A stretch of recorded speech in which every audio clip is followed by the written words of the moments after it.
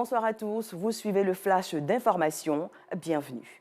Les Djosseurs de Nama, vous les avez certainement rencontrés une fois en circulant dans le district autonome d'Abidjan. Ce sont ces hommes dont l'âge varie entre 20 et 40 ans qui ont décidé volontairement d'aider les automobilistes à stationner sur les parkings des trottoirs en espérant gagner quelques pièces d'argent. Avec le temps, cette activité est devenue formelle dans certaines communes, notamment le Plateau, centre des affaires, et Adjamé. Ces jeunes sont désormais des employés de la mairie et au-delà du stationnement, ils interviennent même dans la régulation de la circulation.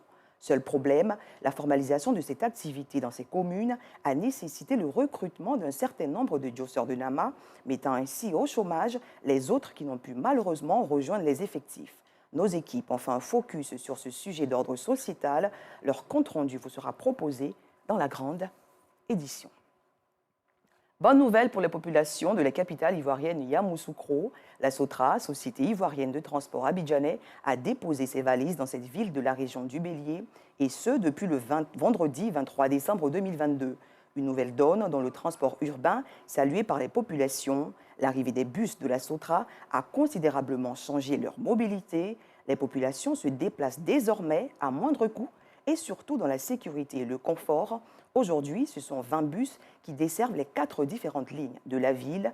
Rappelons que la Sotra dessert la ville de Bouaké et devra très prochainement circuler dans les villes de San Pedro et Korogo.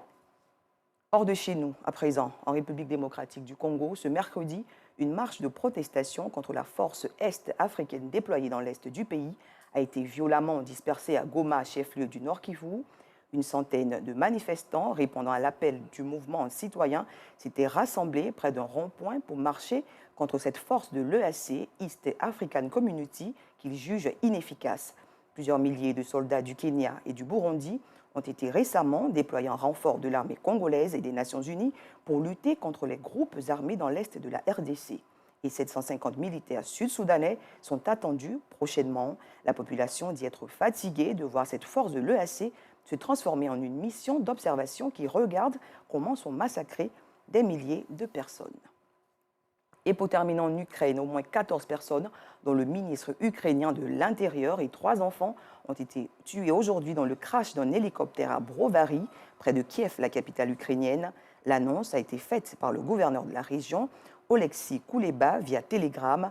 Il a précisé qu'il y avait également 29 blessés, dont 15 enfants, faisant craindre un bilan encore plus lourd. Sur des images circulant sur les réseaux sociaux, on pouvait voir les restes de l'hélicoptère mélangés à des débris proches d'une voiture détruite sous le poids du métal.